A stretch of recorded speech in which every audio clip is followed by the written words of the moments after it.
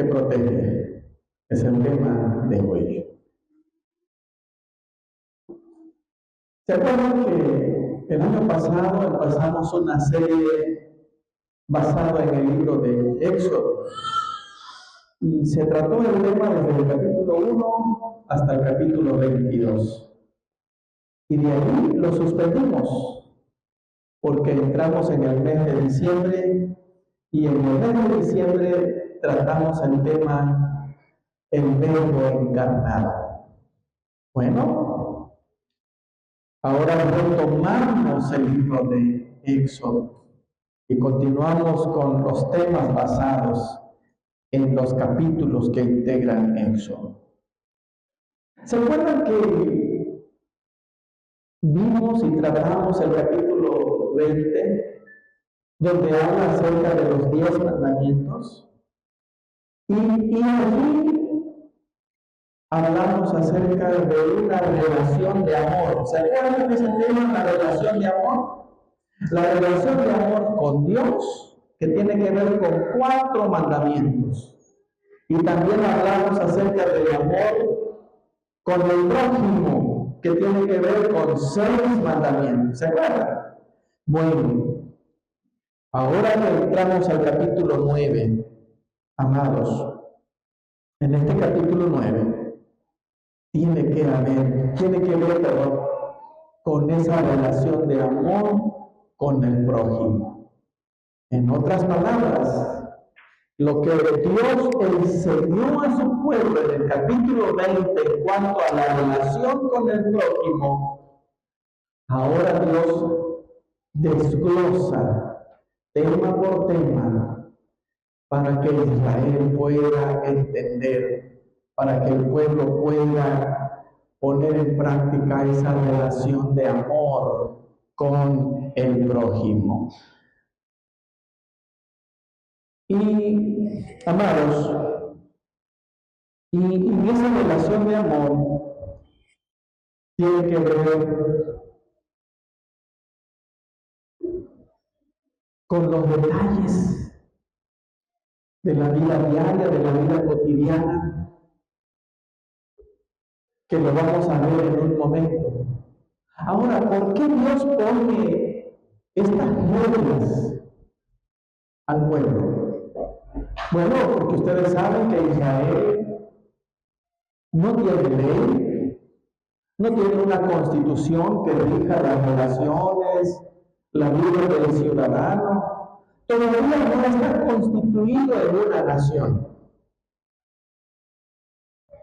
Va a caminar todavía en el desierto, pero tiene que haber algo que regule las relaciones. Y es ahí donde Dios instruye a su pueblo. Pero todas estas instrucciones tienen que ver, amados hermanos, con un amor que protege. Quizá no entendamos del todo hoy por qué este título, amor que protege. Pero lo vamos a ir entendiendo conforme avancemos en el capítulo. No vamos a insertar el capítulo hoy. Cuando entramos al capítulo 9, mis amados, los primeros versículos tienen que ver con las amonestaciones, que tienen que ver con la administración de la justicia, con el comportamiento con el prójimo, pero también con las personas que son nuestros enemigos. ¿Cómo debes llevar la justicia? ¿Cómo debe ser el comportamiento con aquellas personas que aún son nuestros enemigos? En otras palabras, hermanos, son amonestaciones dirigidas a todos. Y sobre todo a aquellos que son llamados a testificar. ¿Usted ha sido llamado alguna vez a testificar en algún juicio? Bueno, aquí el pasaje bíblico viene a amonestar a aquellas personas que son llamados a testificar en un pleito, en un juicio, y que por tanto debe ser recto y de imparcial. Oremos al Señor. Padre, gracias por tu palabra. Habla a nuestros corazones. Necesitamos, Señor, esa instrucción, porque aún tenemos necesidad de cómo podemos llevar nuestra relación con el prójimo, con mi hermano, en Cristo Jesús. Amén. Amor que protege es el tema. En primer lugar, una relación justa con el prójimo. Ese es el punto número 1, y el punto número 2 lo tratamos el próximo domingo. El punto número 1 abarca desde el versículo 1 hasta el versículo 9. Entonces, en estos versículos Dios llama a una relación justa. Y en primer lugar, versículos del 1 al 3, tiene que ver, hermanos, con el pleito con el prójimo. ¿Sí? El pleito con el prójimo. Siguiente, mi hermano. Y tiene que ver ahora no testificar falsamente. ¿Quieres ir al versículo 1 conmigo? Versículo 1, ¿qué dice el versículo 1? No admitirás falso rumor, no te concertarás con el impío para ser testigo falso. ¿Lo quieren leer en otra versión? En la TLA está en la pantalla, dice, no mientas, ni den informes falsos que ayudan al malvado a engañar a los jueces. Dios está claro. El amor al prójimo debe proteger, debe cuidar a la persona. El amor debe llevar a proteger su integridad. Debe cuidar todos los aspectos de su vida. Y dice el texto, no testifiques cosas falsas, no admitas falso rumor, no des informe falso. El malvado no le importa al prójimo. El malvado lo dice en la palabra, es malvado. A él no le importa el bienestar. Lo que le importa a él es su bienestar. Y puede torcer la justicia. Y puede comprar la voluntad con dinero o con alguna forma de presión. Pero Dios dice que tú y yo estamos llamados a mostrar amor al prójimo y debemos de cuidar, procurar proteger. Siguiente punto, en esta relación justa con el prójimo, inciso B, habla verdad cuando seas tomado como testigo. Versículo siguiente, mis amados, ¿quieres leer en su versículo, en su Biblia, como dice? No seguirás a los muchos para hacer mal, ni responderás del listigio, inclinándote a los más para hacer agravio. Pero ¿qué dice la onda de ahí que está en su pantalla? No imites la maldad de la mayoría. No te dejes llevar por la mayoría en un proceso legal. No perviertas la justicia tomando partido por la mayoría. Muchas veces, dicen, no, la mayoría triunfa. Sí, pero no para la maldad, sino no para pervertir la causa. Y entonces en este pasaje Dios está llamando que tenemos que hablar verdad cuando seamos llamados para testificar. Por eso yo le preguntaba hace rato, ¿usted alguna vez ha sido llamado en alguna corte, en el tribunal, para testificar a favor o en contra o dar algún testimonio? Y el texto nos está diciendo que seamos rectos, que tengamos cuidado. Y lamentablemente la mayoría de la gente quiere hacer el mal. Y nosotros tenemos que tener mucho cuidado. Tercero, inciso C, y también en su Biblia, dice el texto, hermanos, que nosotros No tenemos que hacer distinción para hacer justicia. ¿Qué dice el 13 en su Biblia? Ni al pobre distinguirás en su causa. Veamos la BLS en la pantalla. Pero tampoco mientan para ayudar a un pobre en un juicio solo por ser pobre. ¿Ah? Porque puede dar el caso. ¿El pobre es culpable? Ay, pobrecito. Tal vez lo hizo por necesidad. Tal vez no sabía lo que estaba haciendo. No. El hecho de ser pobre no le exime. El hecho de ser pobre, que pague. O sea, Dios es justo. Dios es justo. Si un pobre, económicamente hablando, socialmente, no ha podido tener bienes en este mundo, pues eso no le exime.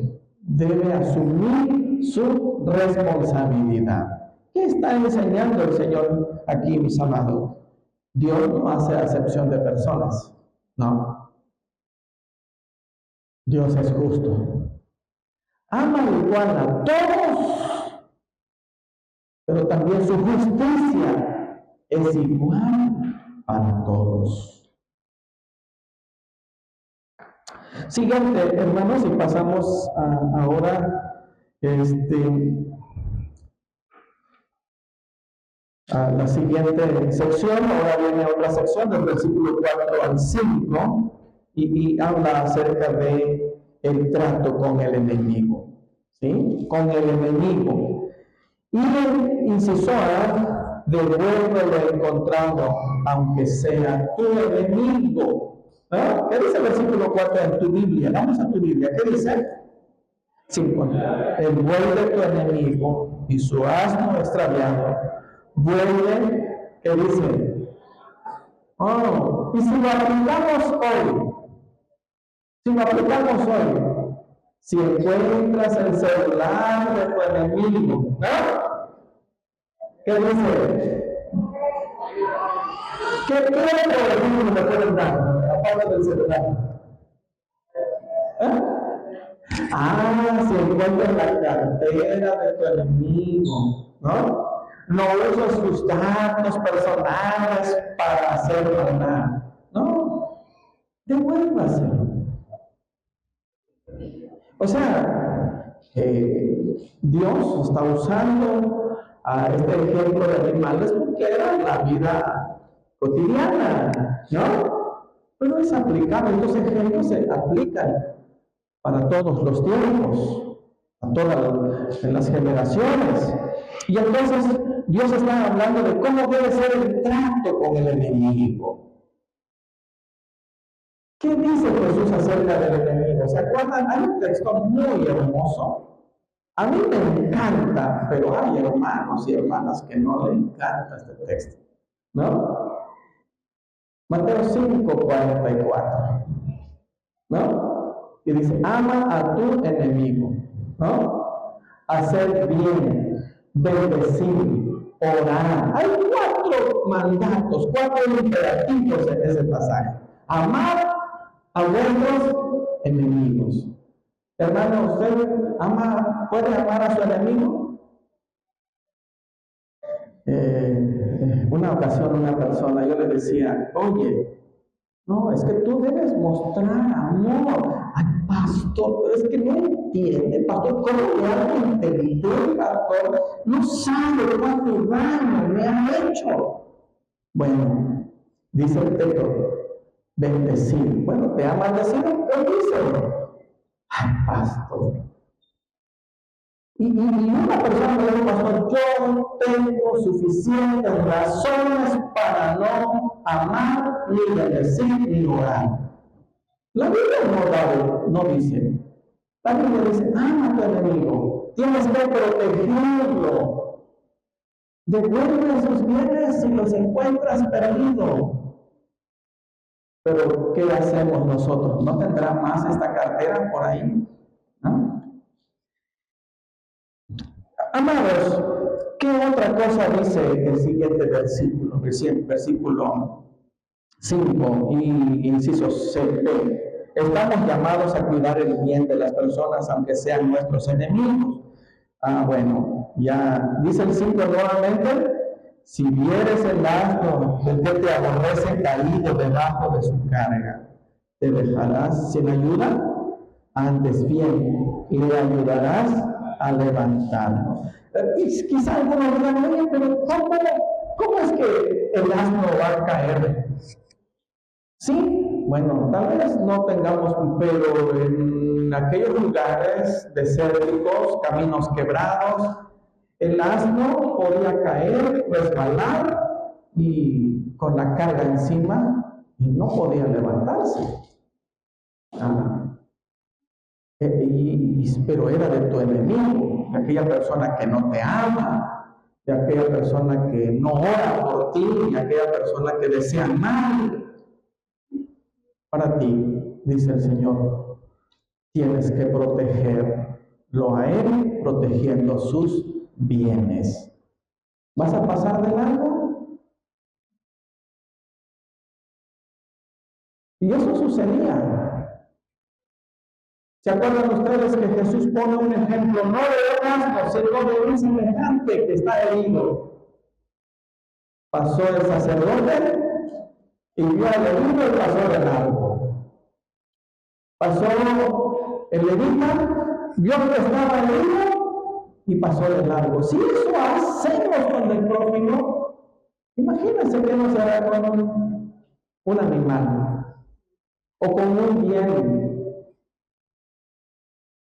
Si encuentras al carro de tu enemigo ponchado, ¿qué dice el texto? ¿Cómo diría?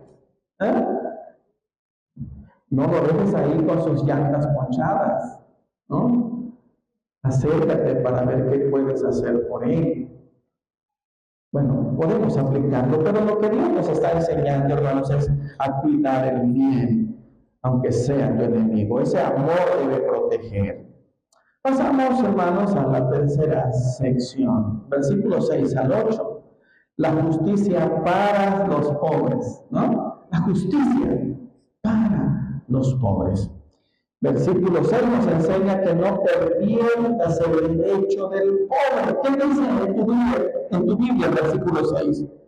No pervertirás el derecho de tu mendigo en su pleito. Pero en la NBI lo dice más claro, y que dice: no tuerzas la justicia contra los pobres de tu pueblo en sus demandas legales. Y hay cuántas personas, porque no tienen para pagar, o no tienen para pagar un abogado, ¿cuántos están en la cárcel? ¿Cuántos compraron la justicia? ¿Cuántos le llegaron al costo? Porque todo tiene un precio. Pero Dios te dice y me dice el Señor, debes tener cuidado, no perviertas el derecho. No tuerzas la justicia contra el pobre. No te aproveches de que Él no tenga y tú sí tienes más posibilidades. No hagas eso. El Señor Jesús dice: ama a tu enemigo, bendícelo, ora por él y haz el bien.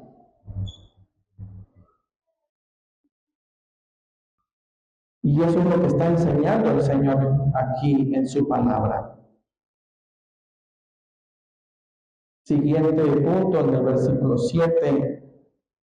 Inciso B: Dios no da por inocente al culpable. ¿Qué dice en tu Biblia el versículo 7? De palabra de mentira te alejarás y no matarás al inocente y justo, porque yo no justifico al impío. En la NBI, lo quieres ver en la pantalla, mantente al margen de cuestiones fraudulentas, no le quites la vida que es inocente y honrado, porque yo no absuelvo al malvado. ¿Se dan cuenta? El texto es tan claro y nos dice, primero, de palabras de mentiras, aléjate. Cuidado con testificar falsamente. Cuidado con que te compren. Cuidado que te puedas vender. Cuidado. Hablemos verdad. Si algún día te llaman para testificar, tú di la verdad. Y si no sabes, pues di que no sabes, que no conoces el tema. Pero no hagas daño al pobre. Y la siguiente parte me llama la atención. Dice, y no matarás al inocente y justo. ¿Se acuerdan cuando vimos los 10 mandamientos atrás? No matarás. ¿Qué dijo Jesús acerca de esto? Escuchen lo que dijo Jesús. Oíste que fue dicho a los antiguos, no matarás. Y cualquiera que matare será culpable de juicio. Pero ¿qué dice Jesús? Pero yo digo, cualquiera que se enoje contra su hermano será culpable de juicio. Y cualquiera que diga necio a su hermano será culpable del concilio. Y cualquiera que le diga fato quedará expuesto al infierno del fuego. Jesús dice, no es matar. A los antiguos se les no matarás. Pero Jesús dice en Mateo 5, 21 al 23, dice Jesús, cualquiera, ¿no? Que se enoje, cualquiera que le diga necio, cualquiera que le diga fatuo. ¿Por qué, mis amados hermanos? ¿Por qué Jesús dice el que se enoje contra su hermano? Porque el que mató, primero se enojó, primero lo dejó de amar, primero cerró su corazón.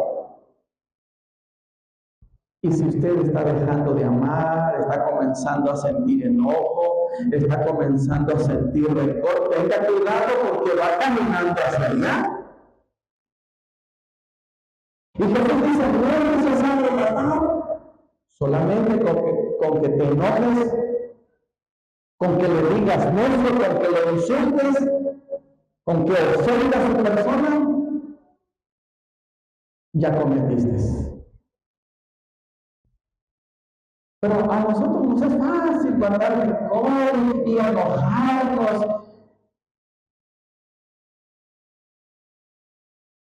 Y el Señor dice, no, ten cuidado porque vas por el mismo camino.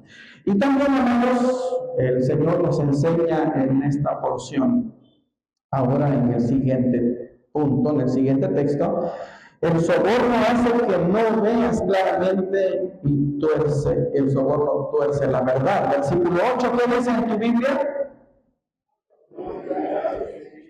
Porque el presente y pervierte. Pero ¿qué dice la NBI en tu pantalla? No aceptes soborno. ¿Qué? ¿Y creen ustedes que es verdad o no? ¿Usted sabe hoy en día qué es el soborno?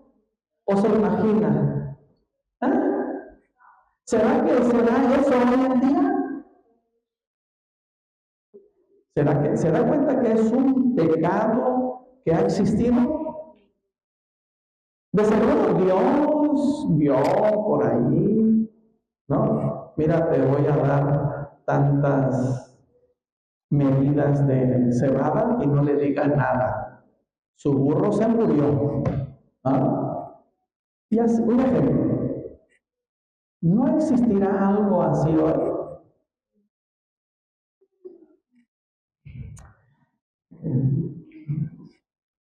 Hermanos, el texto es claro. No aceptes soborno porque nubla la vista y tuerce la sentencia justa. Dios está en esta porción de la Biblia, del versículo 1 a 9, está llamando a una nación justa. Y a lo mejor tengas necesidad de recibir soborno porque necesitas el dinero, necesitas las cosas, o a lo mejor tengas apuro y necesitas salir y quieras dar soborno, no está de acuerdo a la voluntad del Señor. ¿Cometiste faltas? ¿Cometimos faltas? Hay que asumir nuestra responsabilidad. A Dios no le agrada. Por otro lado, mis amados, también vamos a ver ahora en la última sección una relación justa con el prójimo, y se trata del versículo 9. La justicia ¿para qué? Para el extranjero. ¿Qué dice el versículo 4? O perdón, versículo 9 de tu Biblia. ¿Qué dice?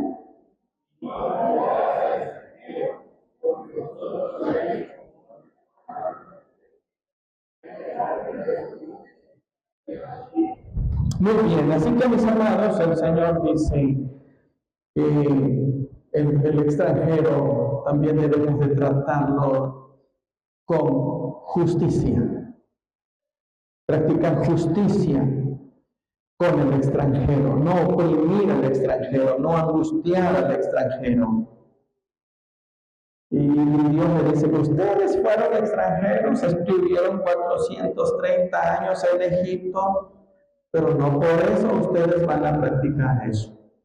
Tú y yo fuimos esclavos del pecado también, pero no por ello tenemos que practicar la injusticia con el extranjero. Vamos a resumir algunas cositas, mis amados. Primero, mis amados, en primer lugar, vamos a ver ya como conclusión, los mejores sistemas legales son los basados en la naturaleza de Dios y no en la naturaleza egoísta ¿qué dice? De los hombres. Aquí está. Es un resumen que estoy haciendo de todo. ¿Sí? Hermanos, los mejores sistemas legales son basados en la naturaleza de Dios y no en la naturaleza de los hombres, porque los hombres tuercen la justicia. Amados, de acuerdo con los cambios que hoy hay en día, es inevitable, mis amados, que haya nuevas leyes, pero para que las leyes sean justas y equitativas, deben seguir las normas divinas, pero triste y lamentablemente las leyes que están surgiendo cada día están más lejos de que sean divinas. Segundo resumen que quiero dejar en la mente y en el corazón, hermanos, es el Señor manda que su pueblo trate justamente a todos, incluidos los ciudadanos libres, los extranjeros, los esclavos, las viudas, los huérfanos y los pobres. No debería haber clases excluidas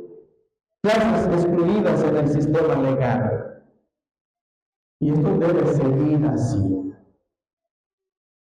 Tercera enseñanza que quiero dejar, hermanos, como resumen de todo.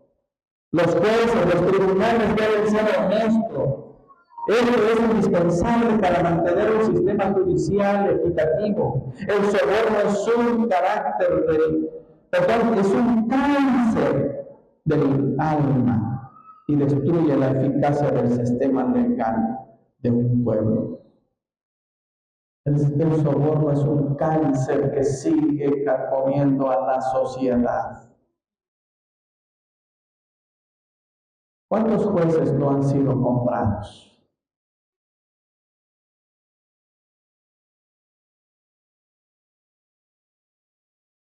Hace años le compartí el evangelio a un señor joven y él me empezó a platicar unas experiencias. Él había cometido un delito grave y el juez le dice: mira, me da cierta cantidad, te dejo salir, pero húyele de aquí. Y él dice: dinero no tengo. ¿Qué tienes? Mi carro. Un carro estaba relativamente nuevo. dámelo. Se quedó sin carro y quedó libre. Él me lo estaba platicando. Él me lo contó. Y así como ese, hermanos amados, existe. ¿Sí? 4. Dios exigía un castigo justo por las infracciones de la ley. El castigo debía ser seguro e imparcial. Ni al pobre distinguirás en su causa, dijo el texto. Imparcial. Amados, Dios también, después de esto, quiero presentar lo siguiente. Dios ha mostrado amor a su pueblo, ¿sí o no? Bueno, Dios ha mostrado su amor con Israel. Dios, por gracia, sacó a Israel del Valle Blanco a la tierra prometida. Tú y yo hemos sido benefactores del amor del Señor, sin merecerlo, cuando merecíamos ser condenados a muerte. Sin embargo, el amor de Dios nos ha protegido de la condenación eterna y nos ha traído a su gracia. Así que, mis amados, Dios amó sin distingo. Cuando tú y yo merecíamos ser condenados, el Señor, siendo justo, siendo santo, el que no hizo pecado, por nosotros se hizo pecador. El que no merecía ir a la cruz fue por ti y por mí a la cruz. Ese es un amor que protege. ¿Por qué no amar? ¿Por qué no amar a nuestros semejantes? Debemos proteger al prójimo. Debemos proteger también sus bienes. El amor de Cristo nos protege para la eternidad. Pregunto, ¿tú eres beneficiario ya del amor de Cristo? Gracias a Dios, pero ese amor es amor de Él hacia nosotros. Nada que hayamos hecho se ha ganado el amor del Señor. Todo nació de Él. El amor de Cristo nos protege de la condenación eterna. Cuando participamos de la Santa Cena, recordamos, hermanos, que Él nos amó cuando nosotros éramos sus enemigos. Dice Romanos, porque cuando fuimos enemigos, nos reconcilió con Dios. Así que cada vez que me acerco a la mesa, yo veo el amor de Dios hacia nosotros, y siendo yo el peor de los pecadores. Y entonces el pasaje bíblico nos enseña acerca del amor al prójimo. Y el más grande ejemplo de amor es Cristo Jesús. Que el Señor nos bendiga.